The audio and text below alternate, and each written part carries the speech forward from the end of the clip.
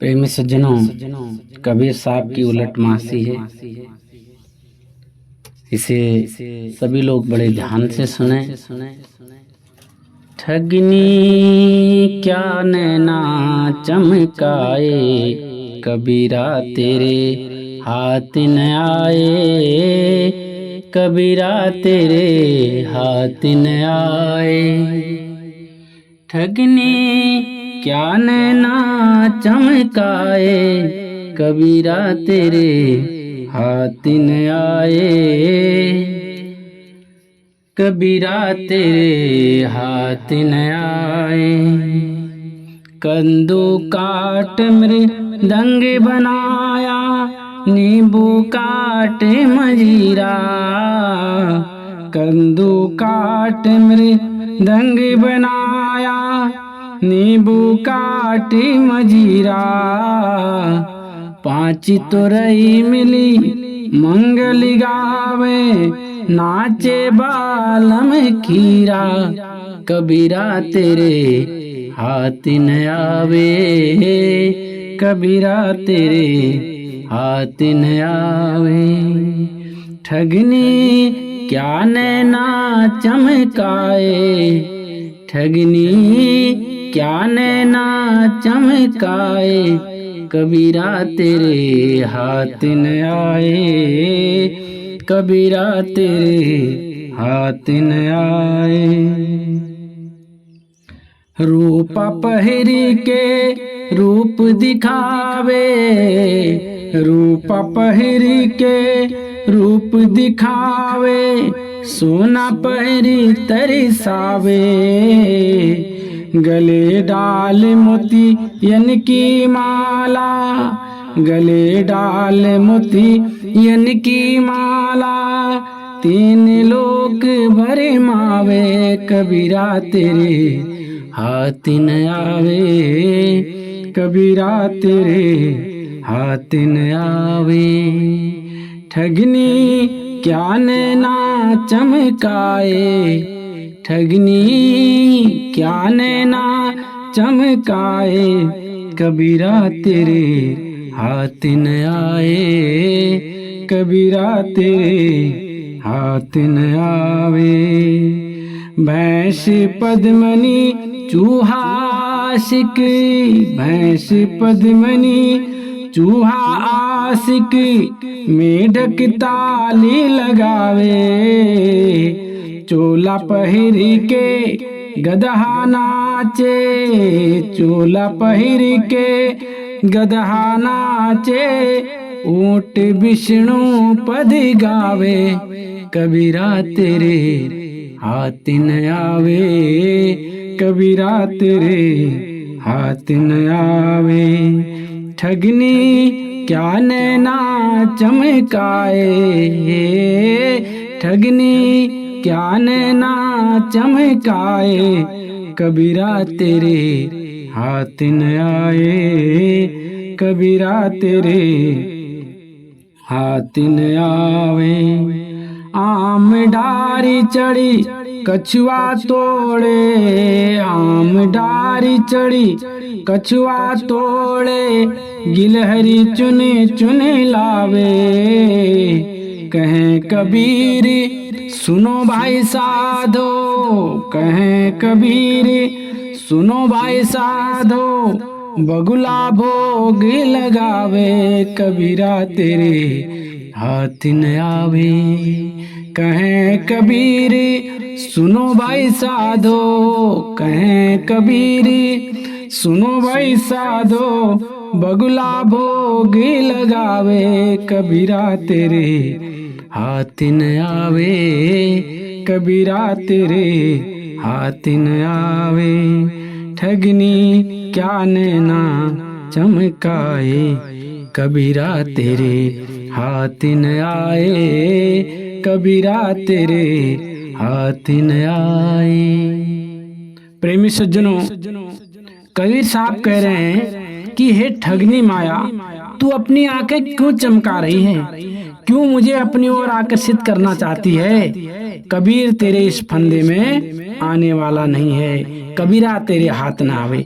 कबीर साहब कह रहे हैं कि इस माया के चक्कर में मैं फंसने वाला नहीं हूँ। क्यों मुझे आंखें दिखा रही है, क्यों मुझे अपनी ओर खींचने की कोशिश कर रही है? हे माया, मैं तेरे माया मोह में फंसने वाला नहीं हूँ, कबीरा तेरे हाथ ना आवे, या कबीर तेरे हाथ आने वाला नहीं है। कबीर साहब ने यहाँ माया के बारे में बताया है कि ये जो माया है ये हमको अपनी ओर खींचना चाहती है, नाना प्रकार का रूप धारण करना चाहती है।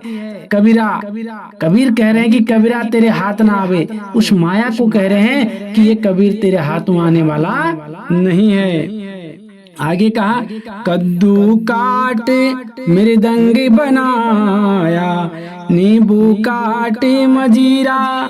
कद्दू, कबीर साहब कह रहे हैं प्रेमी सज्जनों, कद्दू हमारी बुद्धि, ये बुद्धि को काट करके मृदंग बना लिया। मृदंग एक आवाज जिससे आती एक साज है मृदंग, यानी कि इस बुद्धि को इंसान ने माया के अधीन होकर के संसार के साज बाजू में फंसा दिया, संसार के रंगीनी में फंसा दिया। और नींबू क्या है? ये मन, नींबू काट मजीरा, इस मन रूपी नींबू को काट करके मजीरा बना दिया।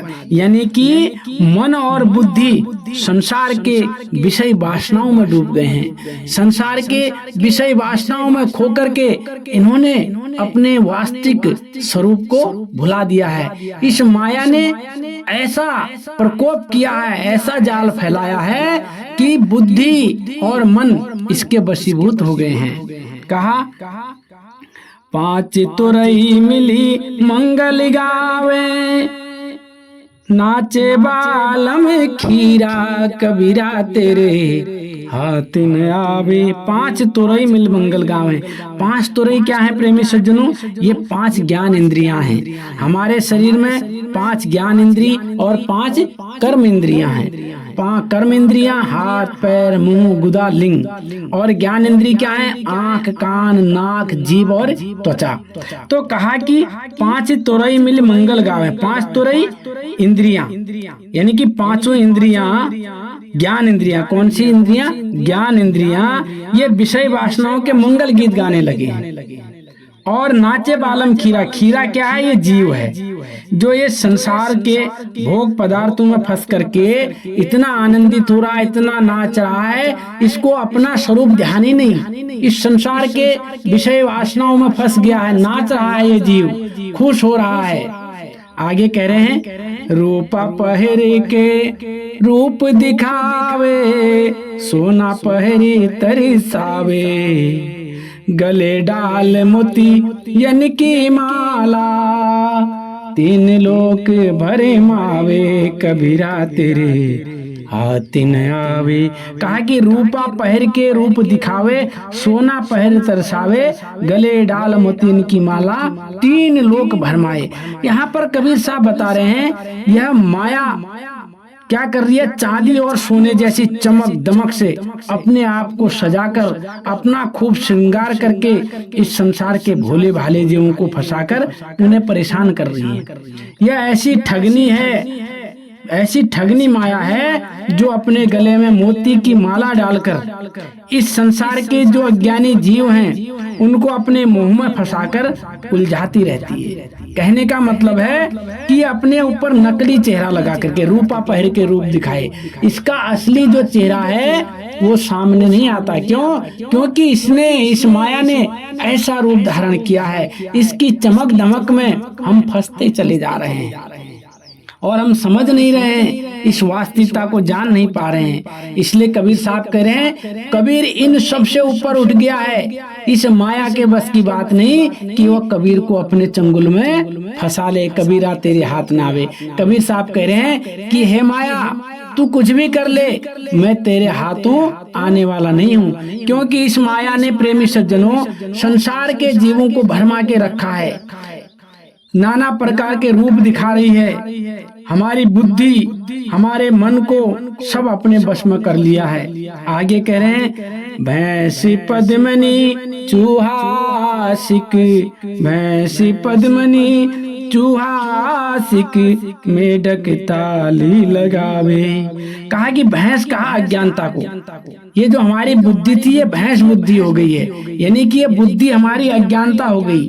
इस अज्ञान रूपी भैंस ने अपने को सुंदर नारी सा बना लिया, एकदम मोह। भैंस पद्मनी, पद्मनी कहा पद्मनी नारी, यानी कि बहुत सुंदर नारी का इस अज्ञानता रूपी भैंस ने सुंदर नारी सा मोहक रूप बना लिया है, जिससे इस सुंदर रूप को देख करके मन रूपी जो चूहा है, ये क्या है, मन रूपी जो चूहा है उसके रूप मोह में फंस गया है। हमारी जो बुद्धि है वह काम नहीं कर रही है, यह मेढक बन करके टर टर टर टर की आवाज करके इस संसार को इस आवाज में फंसा रही है। यह बुद्धि कुबुद्धि बन गई है। क्या हो गया कि इस माया ने क्या करा, हमको चारों तरफ से घेर लिया। भैंस पद्मनी चूहा आशिक, ये क्या कर रही है, ये हमारी कुबुद्धि, ये हमारा जो बुद्धि है वो काम नहीं कर रही है। अज्ञानता, हमारी अज्ञानता इतनी बढ़ गई है, इस अज्ञान रूपी भैंस ने ऐसा सुंदर मोहक मन रूप बना लिया अपना कि संसार के जीव इसमें फंसते चले जा रहे हैं, फंसते चले जा रहे हैं। और ये मन रूपी चूहा उसके मोह को देख करके, उसको रूप को देख करके फंसते चला जा रहा। प्रेमी सज्जनों, फंसते चला जा रहा है। आगे कबीर साहब करें, चोला पहिर के गधा नाचे ऊंट विष्णु पद पावे। चोला पहिर के, इस संसार में प्रेमी सज्जनों कुछ लोग गधे जैसे विवेकहीन हैं, जो मनुष्य रूप में तो धारण किए हुए हैं, पर उनका जो व्यवहार है वो पशुओं जैसा है। इसलिए कहा चोला पहिर के गधा नाचे, यानी कि संसार के कुछ लोग बुद्धिहीन हैं, गधे जैसे हैं, जितना बोझ ला दो उतना ही काम करेंगे, उसी रास्ते पर चलते रहेंगे। तो कुछ लोग पशु समान हैं, गधे जैसे बने पड़े हुए हैं।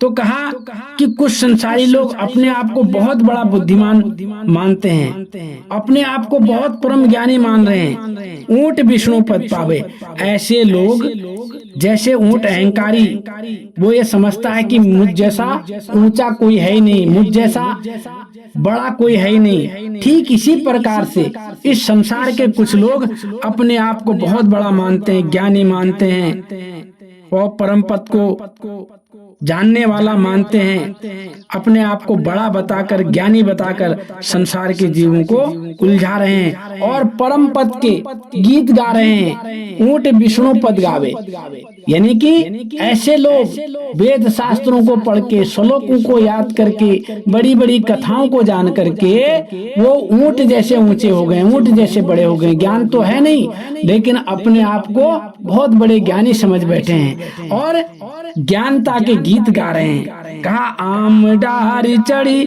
कछुआ तोड़े, आम डारी चढ़ी कछुआ तोड़े, गिलहरी चुन चुन लावे, कबीरा तेरे हाथ न आवे। तो प्रेमी सज्जनों, यहाँ कबीर साहब बता रहे हैं इस संसार में कुछ लोग कछुए की तरह, कछुआ कैसा होता, तामसी बुद्धि वाला, यानी कि कुछ लोग कछुए की तरह तामसी बुद्धि वाले हैं। यह मनुष्य शरीर जैसे बड़े, ये मनुष्य का जो शरीर है ये बड़ा उत्तम है और बड़ा सरल है।